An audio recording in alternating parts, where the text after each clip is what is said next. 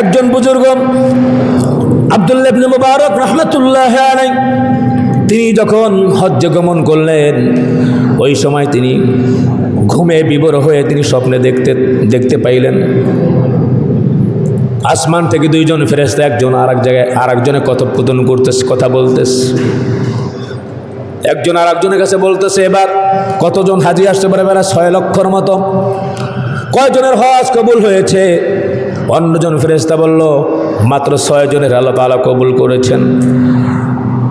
স্বপ্নে যখন তিনি দেখলেন আল্লাহ পাকের প্রিয় বুজুর্গ তাদেরকে দেখাতেও পারেন, এটা কোনো কসাসুল কোরআন না হাদিস না যে বিশ্বাস করতে হবে, তবে কিছু কিছু এরকমভাবে ঘটনা অবলোকন হয়, তাদের কারামত সত্য।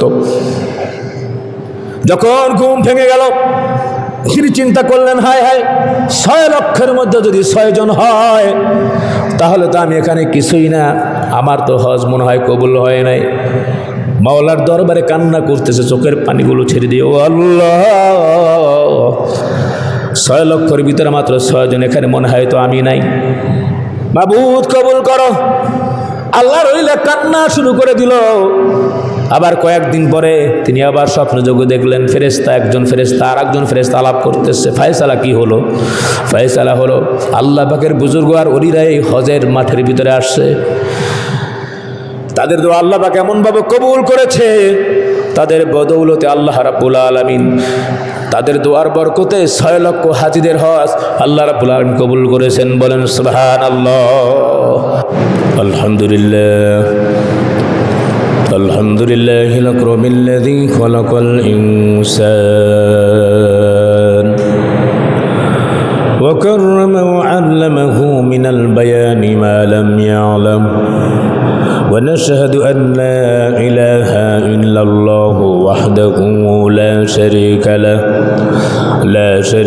له ولا جد له ولا ند له ولا مثل له ولا شبيه له ولا نظير له ولا وزير له ونشهد أن سيدنا وسندنا وحبيبنا وطبيب قلوبنا ومولانا محمدا عبده ورسوله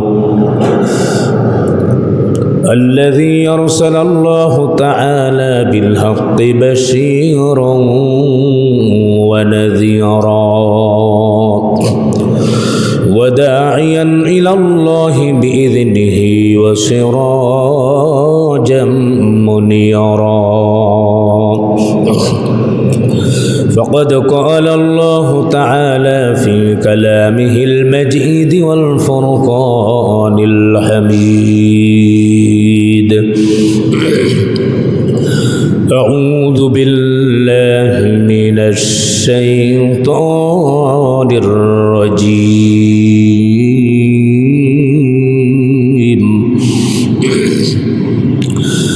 بسم الله الرحمن الرحيم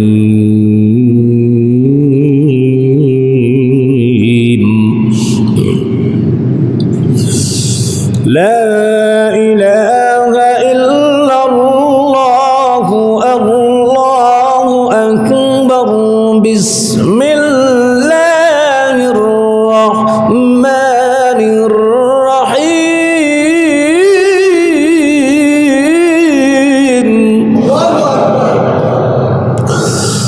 الذين يذكرون الله قياما وقعودا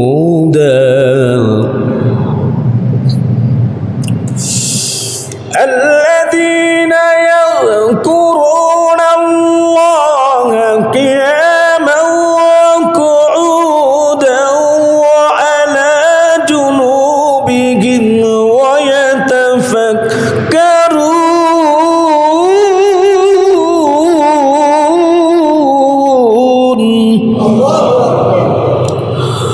ويتفكرون في خلق السماوات والأرض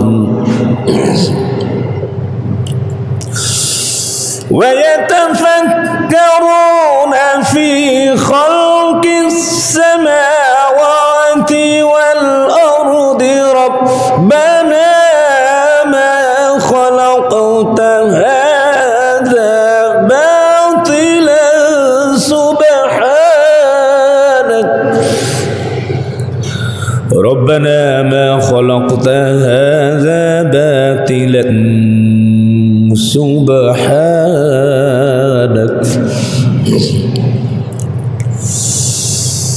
ربنا ما خلقت هذا باطلا سبحانك فقنا عذاب النار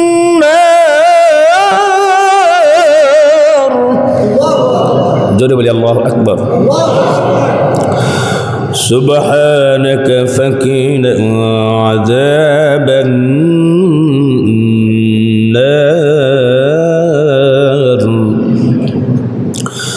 وقد جاء في الحديث قال النبي رسول الله صلى الله عليه وسلم حب الدنيا رأس كل خطيئة وقال الله تعالى في شان حبيبه ومحبوبه ومعشوقه مخبرا وآمرا إن الله وملائكته يصلون على النبي يا أيها الذين آمنوا صلوا عليه وسلموا تسليما اللهم صل على محمد وعلى آل محمد كما صليت على إبراهيم وعلى آل إبراهيم إنك حميد مجيد اللهم بارك على محمد وعلى آل محمد كما باركت على إبراهيم وعلى آل إبراهيم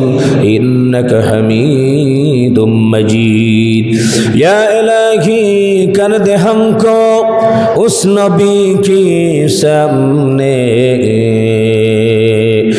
जिसने किया चांद को दो टुकड़े काफिरों को सामने बलगल उला बिकमालिही कशफत दुजा बिजमालिही हसनत जमीउ खिसालिही सल्लु अलैहि व आलिही अब सुल्तान मदीना महबत वही सकीना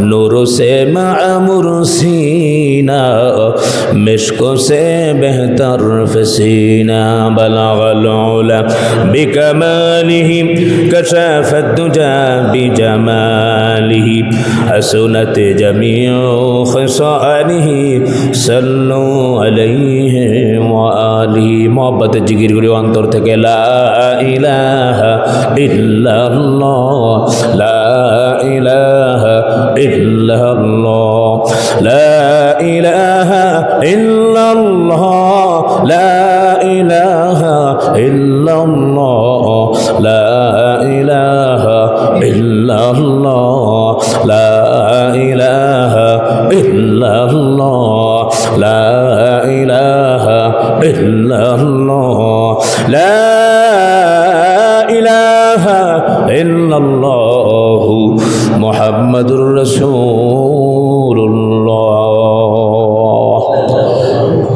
সাল্লাল্লাহু আলাইহি ওয়াসাল্লাম। আলহামদুলিল্লাহ। উপস্থিত ঐতিহ্যবাহী বাইতুল নূর জামে মসজিদ কমিটির সম্মানিত সদস্যবৃন্দ, আমার চোখের মণিমাতার তাজ হযরতে ওলামা ইকরাম হুফাজ ইকরাম, দূর দূরান্ত থেকে এলাকা থেকে আগত দিনদার ইমানদার মুত্তাকি ফরেজগার ভাইয়েরা, সম্মানিত মুরব্বিয়ান একরাম, মুরব্বিয়ান আওয়াম, কলিজার টুকরো সম্মানিত যুবক ভাইয়েরা, পর্দার অন্তর আড়ালের মুহতারেমা মা ও বোনেরা, আমরা আল্লাহ সুবহানাহু ওয়া তাআলার দরবারে অসংখ্য অগণিত শুকরিয়া জ্ঞাপন করছি যে আল্লাহ রাব্বুল আলামিন আমাদেরকে করম করলেন, রহম করলেন, দয়া করলেন, অনুগ্রহ করলেন, সুস্থ রাখলেন, হায়াতকে বৃদ্ধি করে দিয়ে আল্লাহর সান্নিধ্য অর্জন করার জন্য আমরা কোরবানি করতে পেরেছিলাম। আল্লাহ পাক তৌফিক দিয়েছিলেন। সেই ঈদুল আজহা কুরবানির পরে আল্লাহ সুবহানাহু ওয়া তাআলা আমাদেরকে মসজিদে উপবিষ্ট হয়ে কোরআন এবং হাদিসের আলোকে ঈদুল আজহার পরবর্তী আমল এই অনুযায়ী আলোচনা শোনার জন্য আল্লাহ পাক তৌফিক এনায়েত করলেন। দীপ্ত কণ্ঠে অন্তর উজাড় করা ভালোবাসা দিয়ে মুনিবের দরবারে আবেগে উচ্ছ্বাসে দিল থেকে শুকর আদার্থে বলছি আলহামদুলিল্লাহ। সম্মানিত ভাইয়েরা আমার, আমরা সকল কাজগুলি করব কার জন্যে? সকল ইবাদত, জিকির, তাসবিহ, তাহলিল, কোরআন তিলাওয়াত, নামাজ, রোজা, হজ, যাকাত, কোরবানি কার জন্যে? আল্লাহর সন্তুষ্টির জন্যে। আমরা আলহামদুলিল্লাহ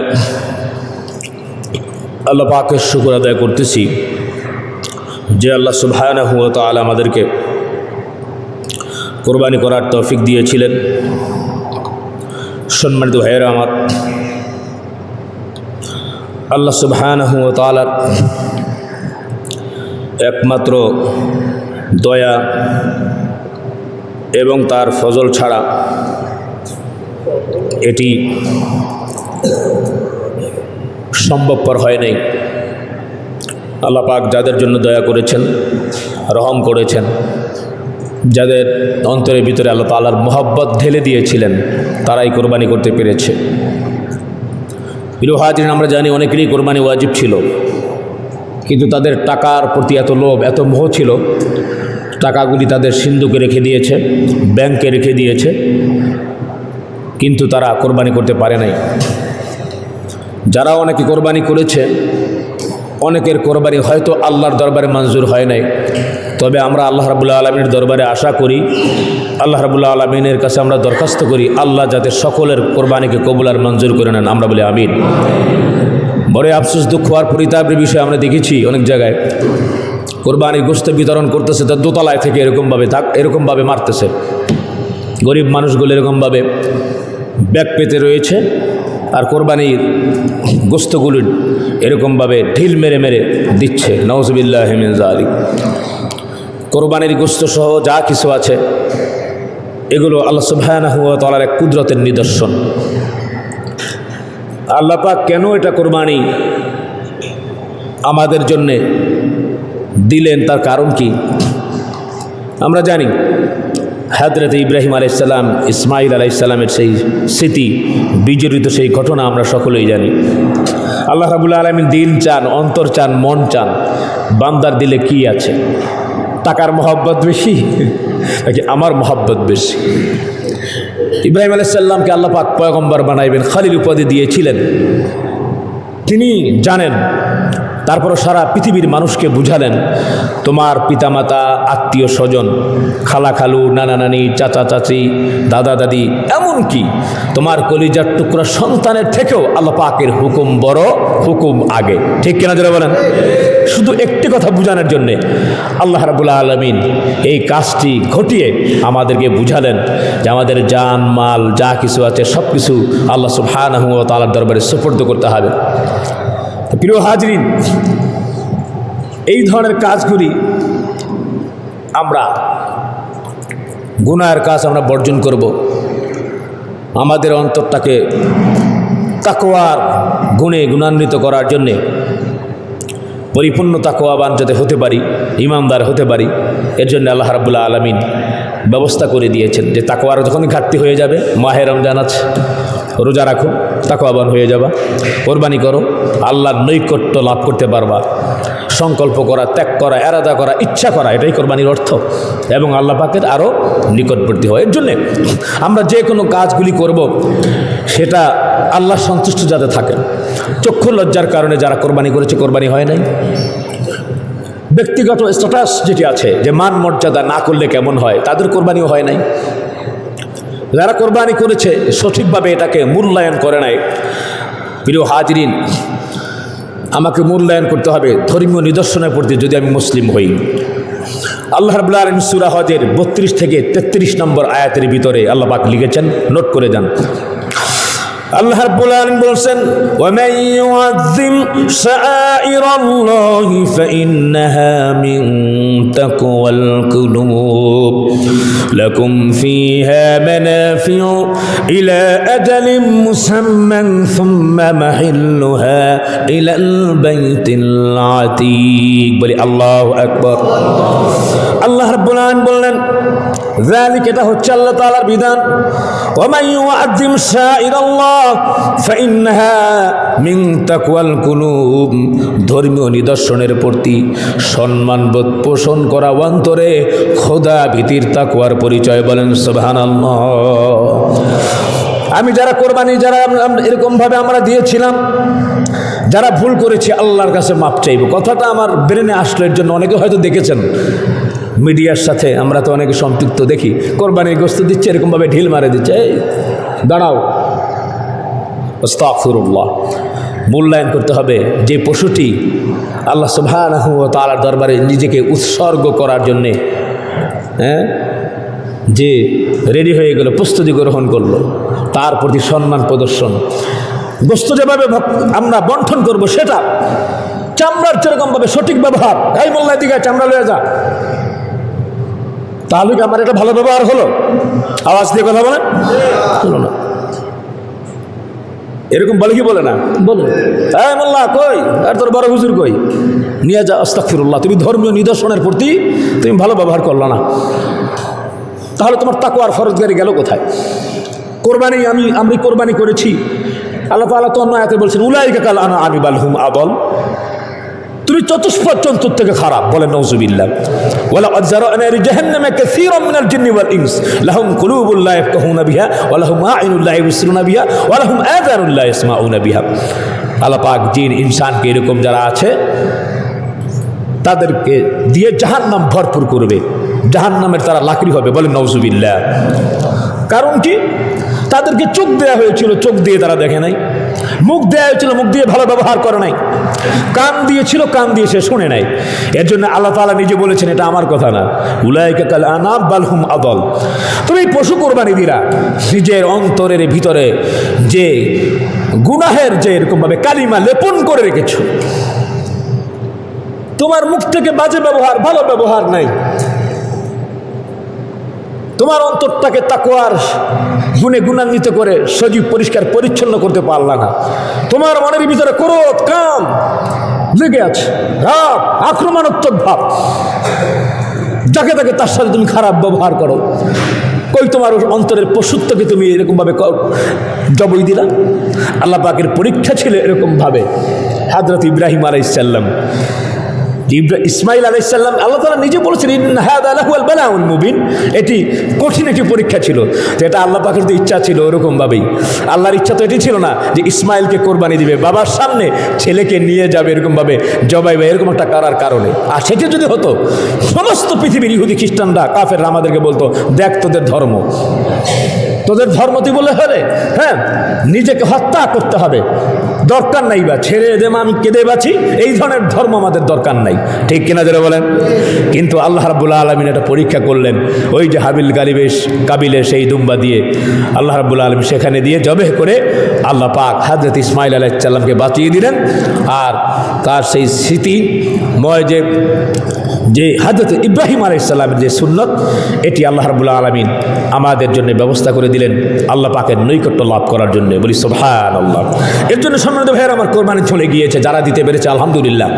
যারা দেন নাই তাদের একটা মশালা আছে যে হুজুর দেই নাই, অনেকেই দেয় নাই, টাকা আছে তো দেয় নাই। এক ভাগ দেওয়ার জন্য যার তৌফিক আছে তাকে কোরবানি দিতে হবে। কোরবানির টাকাটা জাকাতের মতো না যে 1 বছর ঘুরতে হবে। ওই 3 দিনের ভিতরে যে কোনো একদিন আপনার কোরবানি দেওয়ার মতো তৌফিক আছে, আপনি কোরবানি দিবেন আল্লাহর সন্তুষ্টির জন্য। যদি সেটি না দেন তাহলে মোটামুটি একটা ছাগলের টাকা বা 1 ভাগের টাকা পরে গরিব মানুষ, এতিম মিসকিন যারা রয়েছে তাদেরকে সাদাকা করে দিতে হবে। মাসালাটি জেনে নেন। তো যারা এরকমভাবে দেন নাই, গুনাহ থেকে যদি মুক্ত হতে চান, তওবা করে আল্লাহ রাব্বুল আলামিন দরবারে এই অর্থগুলি সাদাকা করে দিতে হবে। আল্লাহ পাক তৌফিক দান করুন, আমরা বলি আমিন। সম্মানিত ভাইয়েরা আমার, আল্লাহ তাআলা তাই বলছেন, ধর্মীয় নিদর্শনের প্রতি খোদাভীতি রাখা, নিদর্শনের প্রতি সম্মানবোধ রাখা, অন্তরে এটি খোদাভীতির পরিচয়। আমাদের ধর্মীয় নিদর্শন যা আছে, মসজিদ, আল্লাহ পাকের ঘর, মাদ্রাসা, টুপি এবং দাড়ি পাগড়ি, মসজিদ। আফসোস, দুঃখ আর পরিতাপের বিষয়, মসজিদের সামনে দিয়ে অনেক মুসলমান যায়, সিগারেট টানতে টানতে যায়, মুসল্লিরা সামনে দিয়ে যায়, ধোঁয়াগুলি মসজিদের ওয়ালের ভিতরে, গায়ের ভিতরে লেগে যায়। বলেন ঠিক কিনা? আহা, কোথায় তোমার মোহব্বত, কোথায় তোমার মায়া, কোথায় তোমার ভালোবাসা, কোথায় তোমার শ্রদ্ধা? তুমি এটা চিন্তা করতে পারলা না। একজন আলেম মানুষ বসে আছে, তুমি পাইকারি ধরে সিগারেট খাচ্ছ, বাতাস এসে তার শরীরটাকে এরকমভাবে গন্ধময় করে দিচ্ছে। নাউজুবিল্লাহ মিন যালিক। তো যাই হোক, যেই কথাগুলি বলছিলাম, শুধু কোরবানি সহ সব কিছু ধর্মীয় নিদর্শনের প্রতি আমাদের শ্রদ্ধাবোধ রাখতে হবে, তাহলে আমরা তাকওয়ার গুণে গুণান্বিত হতে পারবো ইনশাআল্লাহ। আল্লাহ তাআলা বলছেন, লাকুম ফিহা মানাফিউ ইলা আজালিম মুসাম্মান সুম্মা মাহিল্লুহা ইলাল বাইতিল আতীক। আল্লাহ রাব্বুল আলামিন বললেন, নিঃসন্দেহে তা অন্তরের তাকওয়া থেকেই হবে। চতুষ্পর্যন্ত নির্দিষ্ট সময় পর্যন্ত তোমাদের জন্য কল্যাণ রয়েছে, তারপরে এগুলোর কোরবানির স্থান হবে প্রাচীন এবং ঘরের মাঠ। আল্লাহ রাব্বুল আলামিন অন্যত্র বলেছেন, তোমরা যে কোরবানি করলা আল্লাহর সন্তুষ্টির জন্যে, আল্লাহ তাআলা তোমার গোস্ত, মাংস, হাড্ডি এগুলো দিয়ে আল্লাহ তাআলা কি করবেন? তোমার অন্তর যে পরিষ্কার পরিচ্ছন্ন আল্লাহর জন্য যেটি করেছো, যেমনিভাবে ইব্রাহিম আলাইহিস সালাম বিসর্জন দিয়েছেন, এটাই আল্লাহর কাছে যাবে। আল্লাহ তাআলা বলছেন, লা ইয়ানালাল্লাহু লুহুমুহা ওয়ালা দিমাউহা ওয়ালাকিন ইয়ানালুহু তাকওয়া মিনকুম কাযালিকা সাখখারাহা লাকুম লিতুকাব্বিরুল্লাহা আলা মা হাদাকুম ওয়া বাশশিরিল মুহসিনিন। আল্লাহ রাব্বুল আলামিন বললেন, এগুলোর গোশত রক্ত আল্লাহর কাছে পৌঁছায় না। আল্লাহ পাক কি গোশত রক্ত খান? একটু আওয়াজ দিয়েন, খান না। আল্লাহ রাব্বুল আলামিনের কাছে গোশত রক্ত এগুলো পৌঁছায় না, তার কাছে শুধু পৌঁছায় অন্তরের তাকওয়া। বারবার শুধু আমরা তাকওয়ার কথা শুনি, তার কারণ কি? আল্লাহ তাআলা যশ খ্যাতি যা কিছু আছে এগুলো আল্লাহ রাব্বুল আলামিন মূল্যায়ন করেন না। ইন্না আকরামাকুম ইনদাল্লাহি আতকাকুম, তোমাদের মধ্যে যারা তাকওয়াবান, ফরেজগার, মুত্তাকি, আল্লাহকে যে ভয় করে, আল্লাহর কাছে তার দাম, মর্যাদা সবচেয়ে বেশি। বলেন সুবহানাল্লাহ। প্রিয় হাজিরিন, এর জন্য আল্লাহ তাআলা বলছেন, এগুলো তো আল্লাহর কাছে যায় না। কেন আল্লাহ তাআলা বললেন? আমরা ঈদের দিন আমরা সকলেই বলেছিলাম আল্লাহু আকবার, আল্লাহু আকবার, লা ইলাহা ইল্লাল্লাহু, আল্লাহু আকবার, আল্লাহু আকবার ওয়া লিল্লাহিল হামদ। আমরা সকলেই আল্লাহ পাকের বরত্ব প্রকাশ করেছি। বলেন ঠিক না বেঠিক? তাকবীরে তাশরিকে আমরা এটা বলেছি। 9 জিলহজ ফজর থেকে একেবারে 13 জিলহজ আসরের আগ পর্যন্ত আমরা বলেছি। আল্লাহ তাআলা বলছেন, লিতুকাব্বিরুল্লাহ আলা মা হাদাকুম, এজন্য তোমরা আল্লাহ পাকের তাকবীর পাঠ করবে, বরত্ব প্রকাশ করবে সব জায়গায়। আল্লাহু আকবার, আল্লাহ সবচেয়ে বড়। ঠিক কিনা ধরে বলেন? নারায়ে তাকবীর, আল্লাহু আকবার। ভয় পান নাকি আপনারা? এই তাকবীর যখন মুসলমানেরা দেয়, বাতিলের কলিজার ভিতরে কম্পন সৃষ্টি হয়, তাদের হৃদয়ের ভিতরে কম্পন সৃষ্টি হয়। এর জন্যে আল্লাহ তাআলা নিচে বলছেন, আপনি যদি আল্লাহু আকবার বলতে নিষেধ করেন, বাধা দেন, আপনি কোরআনকে অবমাননা করলেন। নাউজুবিল্লাহি মিন যালিক। কোরআনকে অবমাননা করলে মুসলমান থাকে না কাফের হয়ে যায়?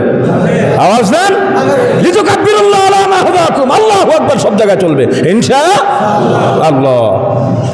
যারা আল্লাহু আকবার কম্পনকে, ডাককে, আল্লাহু আকবারের ধ্বনিকে যারা জঙ্গি বলে, নাউজুবিল্লাহি মিন যালিক, আসেন এরকম কিছু কিছু জায়গায়, আল্লাহু আকবার, আল্লাহু আকবার, তাদেরকে হেদায়েত নসিব করে দিন, তওবা করে সঠিক সত্য পথে আসার তৌফিক দান করেন বলে আমিন। আল্লাহ তাআলা বলছেন, আল্লাহ এই যে লিতুকাব্বিরুল্লাহ, যারা বরত্ব প্রকাশ করবে, আল্লাহু আলা মা হাদাকুম, আল্লাহ রাব্বুল আলামিন তাদেরকে হেদায়েত নসিব করে দিবেন। বলেন সুবহানাল্লাহ। ওয়া বাশশিরিল মুহসিনিন, মুহসিন যারা সৎকর্ম করবে তাদেরকে জান্নাতের সুসংবাদ দাও। বলেন সুবহানাল্লাহ। তাহলে আমরা কোরবানির সময় যে বিষয়টি জানলাম, আমরা বেশিরভাগ আল্লাহ পাকের বরত্ব প্রকাশ করবো ইনশাআল্লাহ। আল্লাহ আমাদেরকে কবুল করেন, আমরা বলি আমিন। সম্মানিত ভাইয়েরা আমার, প্রিয় হাজিরিন, তাই আল্লাহ রাব্বুল আলামিন বলছেন, তোমরা যে বিষয়টি জানতে পারলা কোরবানির মাধ্যমে, আল্লাহ পাকের বরত্ব প্রকাশ করবা, উঠতে বসতে সব জায়গায় আল্লাহকে স্মরণ করবা। আল্লাযীনা ইয়াযকুরুনাল্লাহা কিয়ামান ওয়া কুউদান ওয়া আলা জুনুবিহিম ওয়া ইয়াতাফাক্কারুনা ফী খালকিস সামাওয়াতি ওয়াল আরদ রব্বানা মা খালাকতা হাযা বাতিলা সুবহানাকা ফাকিনা আযাবান নার। বলি আল্লাহু আকবার। আল্লাহ রাব্বুল আলামিন বলেন, আল্লাযীনা ইয়াযকুরুনাল্লাহা কিয়ামান ওয়া কুউদা ওয়া আলা জুনুবিহিম, তারা তো আল্লাহ পাকের বান্দা যারা দাঁড়ায়া আল্লাহ পাককে স্মরণ করে। আল্লাযীনা ইয়াযকুরুনাল্লাহ কিয়ামান ওয়া কুউদা, এবং বসে এবং তারা শুয়ে বলেন সুবহানাল্লাহ। আর তারা চিন্তা করে কি, ওয়া ইয়াতাফাক্কারুনা ফী খালকিস সামাওয়াতি ওয়াল আরদ রব্বানা মা খালাকতা হাযা বাতিলা, আসমান এবং জমিন সম্পর্কে তারাও চিন্তা ভাবনা করে। আর আল্লাহ তাআলাকে বলে, ওয়াল্লাহ রব্বানা মা খালাকতা হাযা বাতিলা, এগুলো তুমি আল্লাহ তাআলা খামোখা তুমি বানাও নাই। আয় আল্লাহ, বৃক্ষরাজি পাকপাখালি বন বানানি, আয় আল্লাহ যা কিছু পৃথিবীর নিদর্শন রয়েছে খামোখা তুমি সৃষ্টি করো নাই, খামোখা তুমি এমনিভাবে বানাও নাই। সম্মানিত ভাইয়েরা আমার, সৌদি আরবে যারা গিয়েছে, যেই স্মৃতি বিজড়িত যেই জায়গাগুলি আমরা সবাই জানি। হযরত ইসমাঈল ইব্রাহিম আলাইহিস সালাম যখন আল্লাহর কাছে যখন হাজিরা দিতে যাচ্ছেন, শয়তান তিনবার জামারায়ে আকাবা, এরপরে জামারায়ে উলা, জামারা, এই তিন জামারা যখন শয়তান এরকমভাবে কুমন্ত্রণা দিল, অন্তরের ভিতরে ইসমাইলকেও কুমন্ত্রণা দিয়েছে, ও ইসমাইল কোথায় যাও জানো নাকি? তোমার বাবা তোমাকে হত্যা করার জন্য যাচ্ছে। ইসমাইল বলে, না, আমার বাবা কখনো সন্তানকে মারতে পারে না। বলে, না, আল্লাহ পাকের নির্দেশ রয়েছে। ইসমাইল বলে, সেটি যদি হয় আমার জীবন ধন্য, আল্লাহ পাকের কাছে আমার জান মাল সুপর্দ করতে চাই। তুই শয়তান তাড়াতাড়ি যা। 7টি কঙ্কর নিক্ষেপ করে শয়তানকে দূরে সরাই দিয়েছে। বলেন সুবহানাল্লাহ, বলেন সুবহানাল্লাহ। এখান থেকে আমাদের শিক্ষা কি?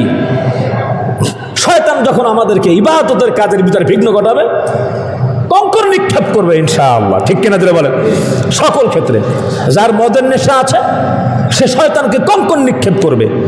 মদের সামনে বোতল আনবে, দেখ খামু না বেটা, পারলে আমার কিছু কর বেটা, শয়তান তোর চেহারার ভিতরে থুতু মারি, কঙ্কর নিক্ষেপ করলাম, যা। সুবহানাল্লাহ।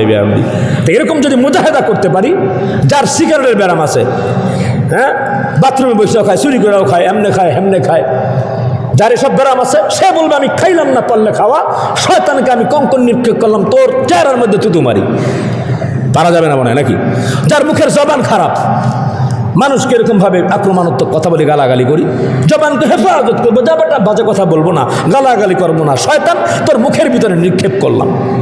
ভালো কাজের ভিতরে শয়তান তো এরকমভাবে সে চায় না।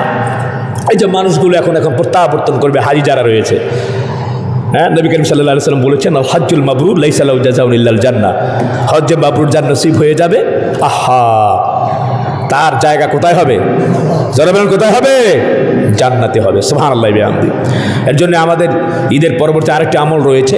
হাজি যারা আছে, যারা ব্যাক করতেছে, যারা আসবে ইনশাল্লাহ, তাদের সাথে মুসাফা করব, নিজের জন্য দোয়া চাইব। নবী করিম সাল্লাল্লাহু আলাইহি ওয়াসাল্লাম বলেছেন, হাজিদের তারা প্রত্যাবর্তন করার পরে 40 দিন পর্যন্ত হাজিদের দোয়া কবুল হয়। বলে সুবহান।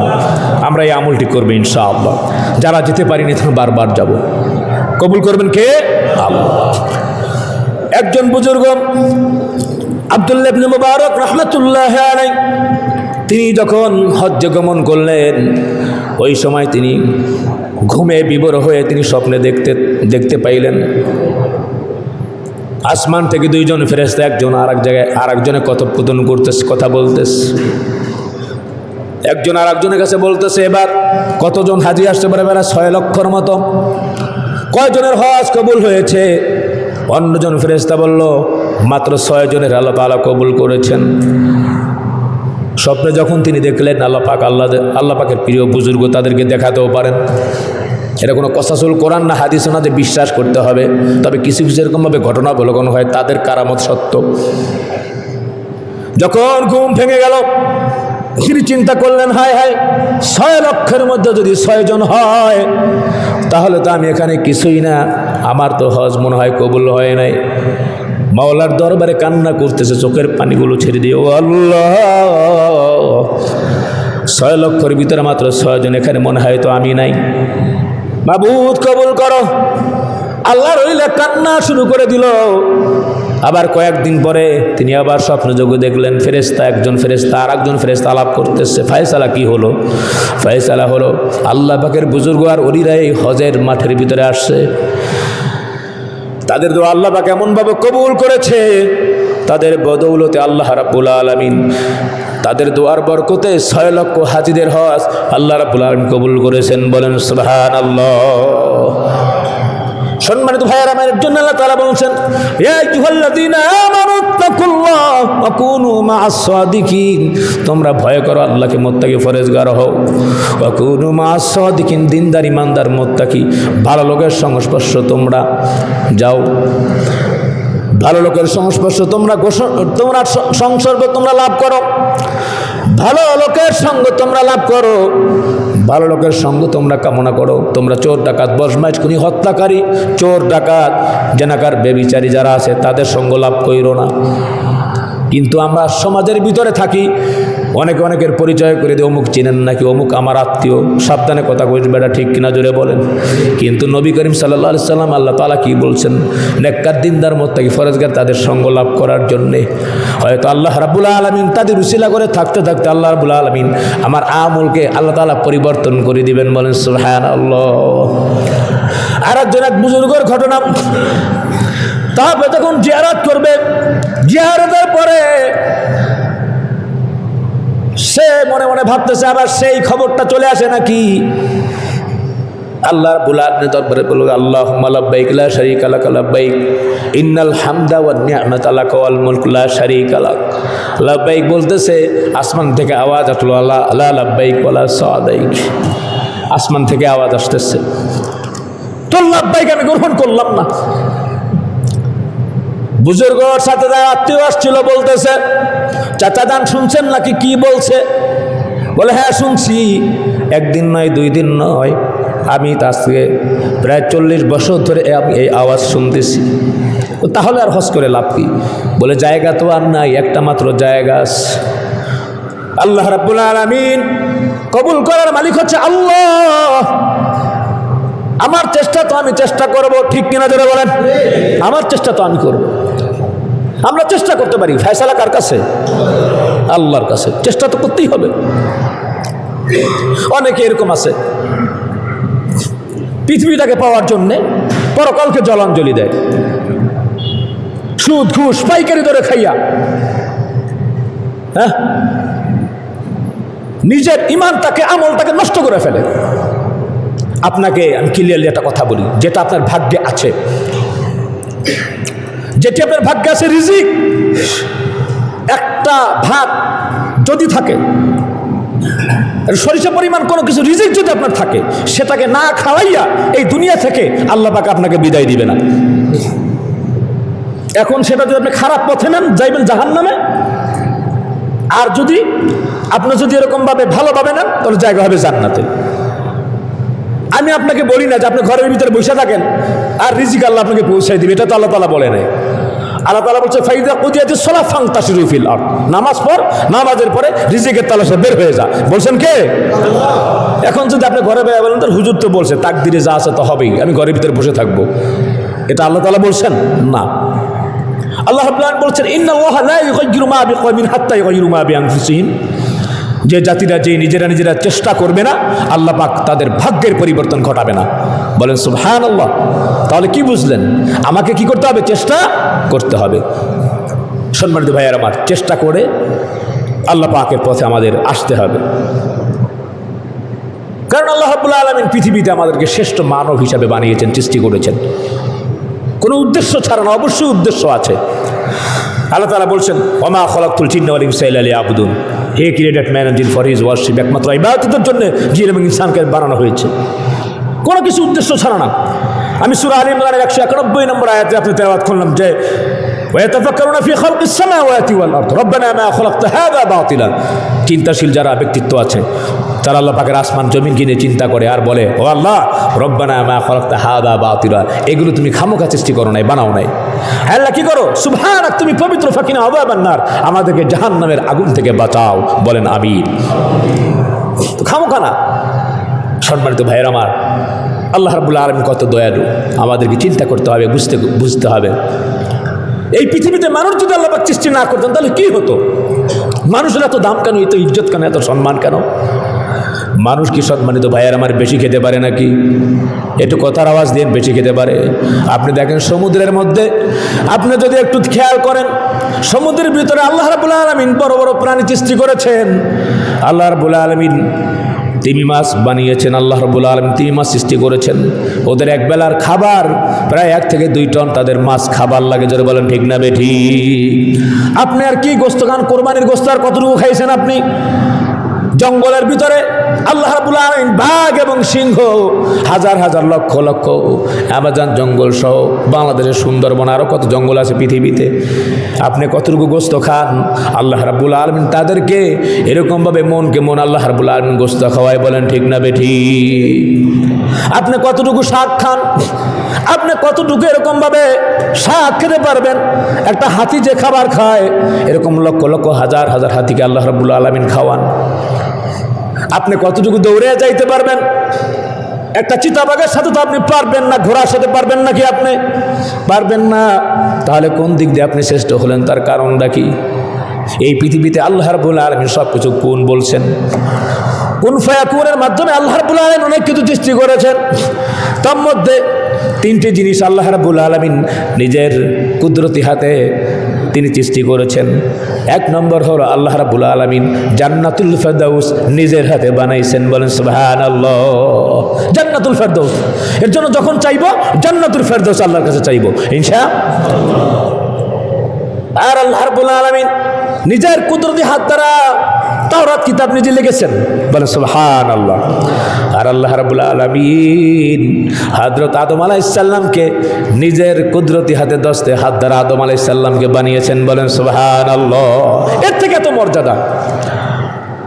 আপনি আমি কি ইবাদত করি? আল্লাহ রাব্বুল আলামিন যে ফেরেশতা বানিয়েছেন, প্রত্যেক আসমানে আসমানে যে আল্লাহ তাআলা ফেরেশতা বানাইছেন, এমন এমন ফেরেশতা আছে সিজদা দিয়ে রাখছে, কিয়ামতের আগ পর্যন্ত মাথা উঠাবে না। অনেক ফেরেশতা আছে রুকু দিছে আর কোনোদিন উপরে উঠে দাঁড়াবে না। কত ফেরেশতা আছে তাসবিহ পড়ারত অবস্থায় আছে, একটু মুখ থামবে না, আল্লাহ পাকের ইবাদত করতেছে। সম্মানিত ভাইয়ার আমার প্রিয় হাজিরিন, তাহলে মানুষের মর্যাদা কেন এরকম? মানুষকে আল্লাহ তাআলা কেন এত ভালোবাসেন? মানুষকে আল্লাহ রাব্বুল আলামিন পৃথিবীর সমস্ত নিষ্পাপ নিষ্কলুষ ফেরেশতা দ্বারা বলছে তাড়াতাড়ি আদমকে সেজদা দে, সেটা কেন করলেন? মানুষের প্রতি আল্লাহ পাকের এত মোহাব্বত ভালোবাসা, তার কারণ কি? কারণ হচ্ছে আল্লাহর নবী যিনি হাবিব, যার উসিলা করে তামাম পৃথিবী আল্লাহ তাআলা সৃষ্টি করেছেন, হাবিব তিনি হচ্ছেন মানুষ আল্লাহ পাকের প্রিয় বন্ধু, বলেন সুবহানাল্লাহ। কত দাম! আদম আলাইহিস সালাম, ইব্রাহিম আলাইহিস সালাম আল্লাহ পাকের খলিল আদি পিতা।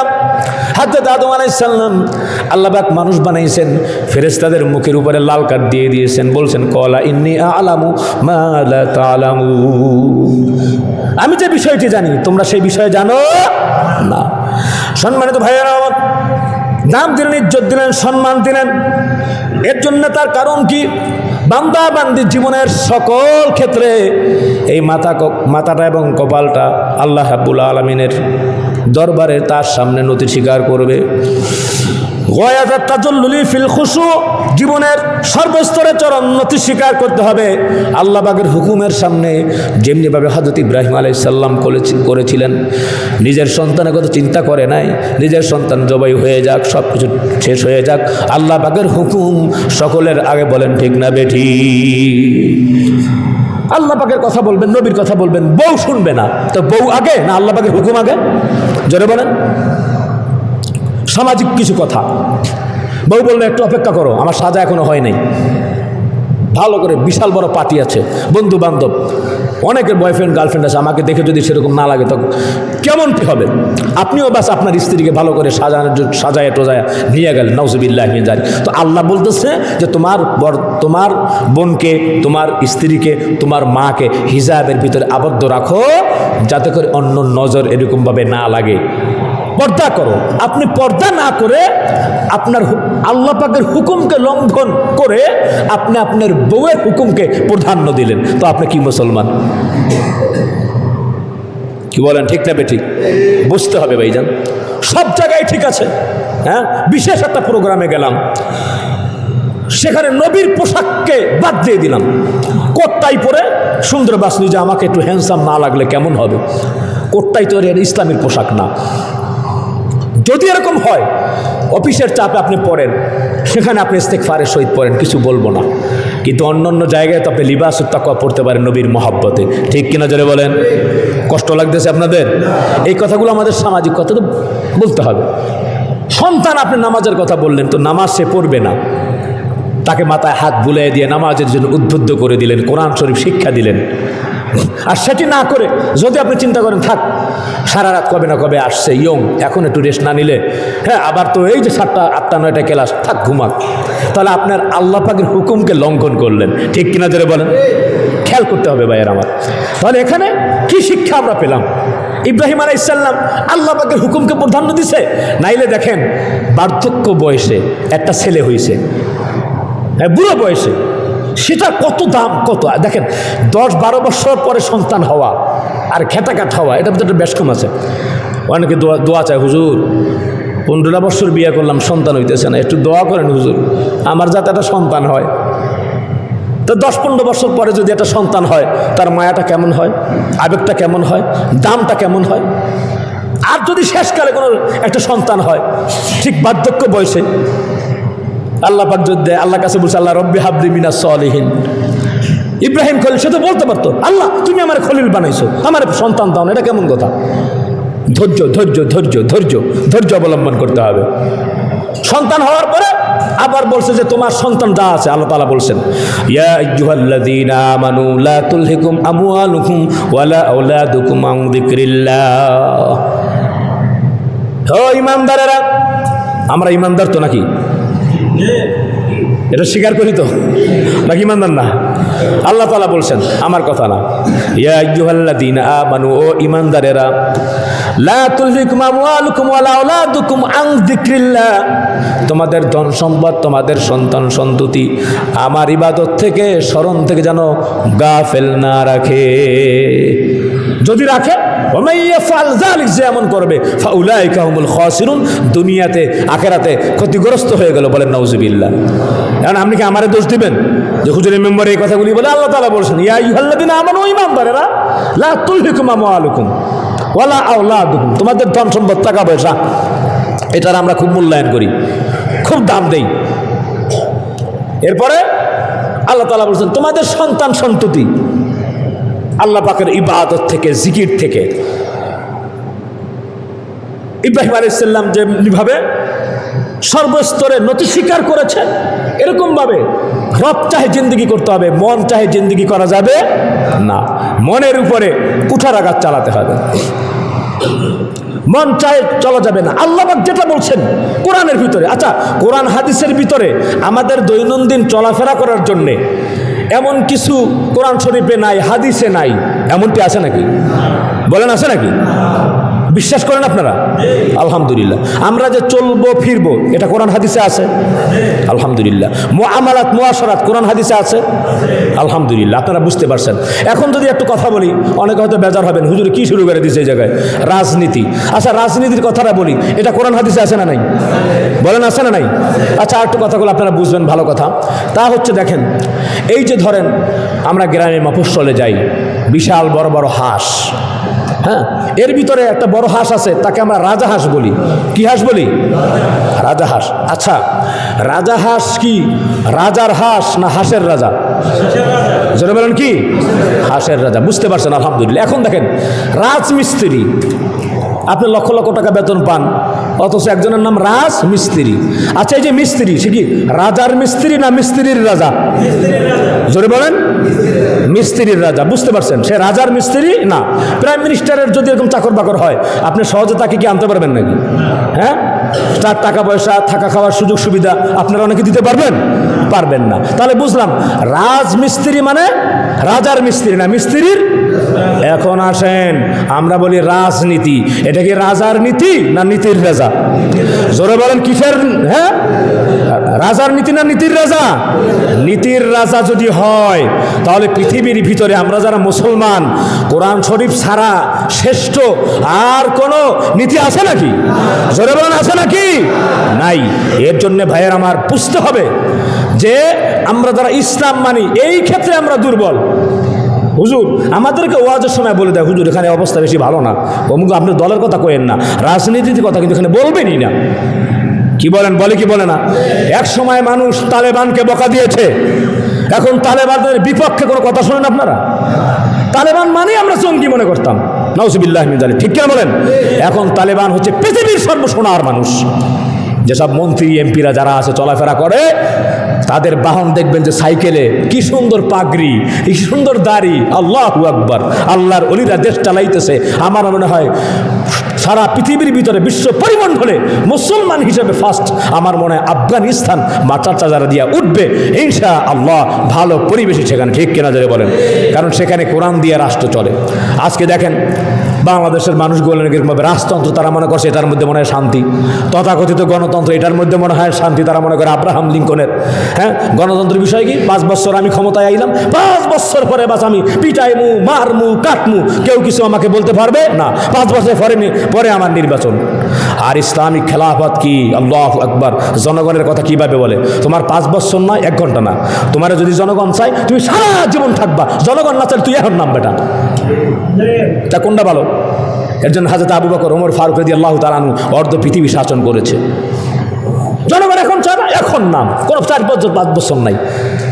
আল্লাহু আকবার কাবীরা। তাদের জীবন কিরকম ছিল? আহা, ওমর ফারুক রাদিয়াল্লাহু তাআলা আনহু শুয়ে আছেন। হ্যাঁ, কায়সার কিসরা থেকে আসতেছে, কই তোমাদের আমিরুল মুমিনিন? কই দেখি না। দেখে খেজুর গাছের নিচে শুয়ে আছে। বলে এটা তার কোনো সেফটি নেই, কোনো সিকিউরিটি নেই। ওমর ফারুক রাদিয়াল্লাহু তাআলা আনহু বললেন, যে মানুষের সেফটি সিকিউরিটি দেয়, হ্যাঁ, তার আমিরুল মুমিনিন নিজের কোনো সিকিউরিটি লাগে না। বলেন সুবহানাল্লাহ। এগুলো বুঝতে হবে আমাদের। আল্লাহ রাব্বুল আলামিন বলছেন, আসা আন তাকরাহু শাইআন ওয়া হুয়া খায়রুল লাকুম ওয়া আসা আন তুহিব্বু শাইআন ওয়া হুয়া শাররুল লাকুম। অনেক কিছুকে তোমরা খারাপ মনে করবে, অথচ সেটা খারাপ নয়, সেটা ভালো। অনেক কিছুকে তোমরা ভালো মনে করবে, কিন্তু আসলে তা ভালো নয়, আসলে তা খারাপ।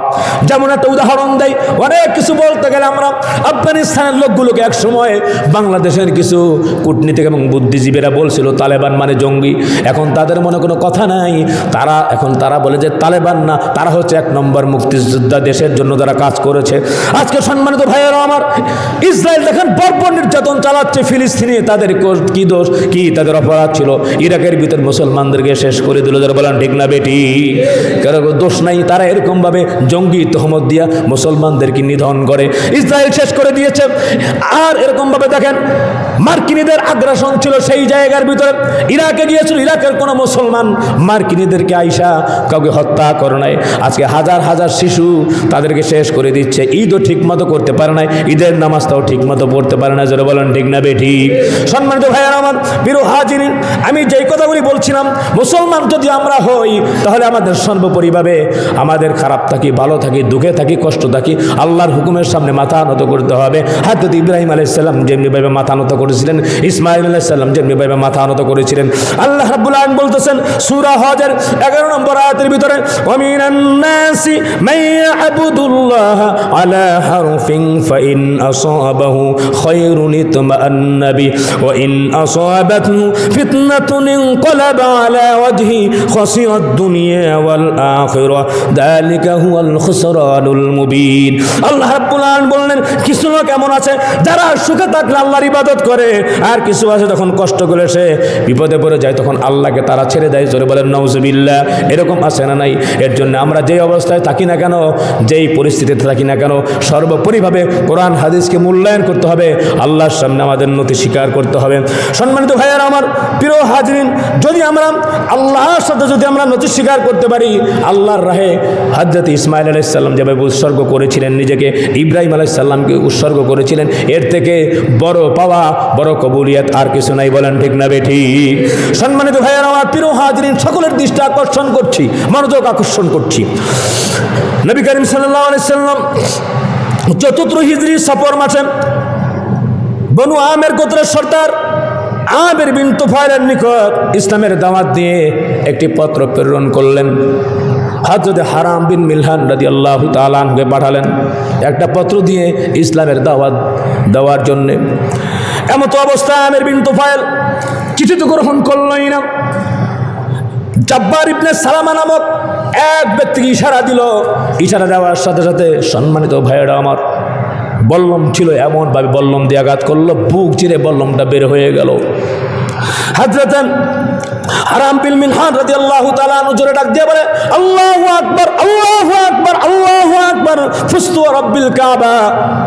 আল্লাহু আকবার, আল্লাহ পাকের বরত্ব প্রকাশ করলো আর বলল, কাবার প্রভুর কসম, আমি সফল হয়ে গেছি, সফল হয়ে গেছি। নবীজি আমাকে পাঠাইছেন দ্বীনের দাওয়াত দেওয়ার জন্যে, আর আল্লাহ তাআলা আমার জীবনটাকে কবুল করলেন শাহাদাতের তামান্না নিয়ে, শহীদের মর্যাদা নিয়ে কিয়ামতের ময়দানে আল্লাহর দরবারে উঠতে পারবো। বলেন সুবহানাল্লাহ। আল্লাহু আকবার, ফুস্তু রাব্বিল কাবা। আল্লাহ যদি আমাকে কবুল করে, আল্লাহর সামনে যদি নবী করিম সাল্লাল্লাহু আলাইহি ওয়াসাল্লাম সুন্নাহ মেনে নিজেকে যদি উৎসর্গ করতে পারি, সর্বোপরিভাবে নতি স্বীকার করতে পারি কোরআন এবং হাদিসের সামনে, তাহলে আমার সফলতা। ঠিক কিনা জোরে বলেন? আল্লাহ তাআলা আমাদের জেনে বুঝে অনুধাবন করে সকলকে আমল করার তৌফিক দান করেন, আমরা বলি আমিন। সর্বোপরিভাবে যেমনিভাবে আমরা আজকে কোরবানির যে শিক্ষা, আমরা যে বয়ানগুলি শুনলাম, ইব্রাহিম আলাইহিস সালাম, ইসমাঈল আলাইহিস সালাম আমাদের প্রেরণা। তারা যেমনিভাবে আল্লাহ পাকের হুকুমের সামনে নতি স্বীকার করে দিয়েছেন, আমরা এরকমভাবে দুনিয়ার কিচ্ছু মানি না, কোরআন এবং সুন্নাহ। ঠিক কিনা জোরে বলেন? আল্লাহ তৌফিক দান করেন, আমরা বলি আমিন।